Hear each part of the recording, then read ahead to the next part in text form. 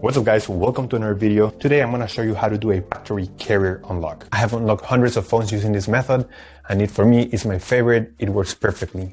What a carrier unlock does, it allows you to use your phone with different providers. If you travel and if you want to switch SIM cards from a different company anywhere in the world, you just simply go ahead, you put your SIM card into your phone and your phone will work without any issues. So we're going to begin.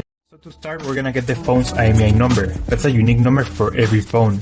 So to get it, simply dial *#06#. As you will see, your 15-digit IMEI number will appear in the screen of your phone. This number is very important. It represents the ID of your phone, and keep it somewhere close because we're going to use it in a few seconds to unlock this phone. Okay, now we're going to switch to the computer. And in this website, we will request the unlock code to unlock this phone or any other phone you want to unlock.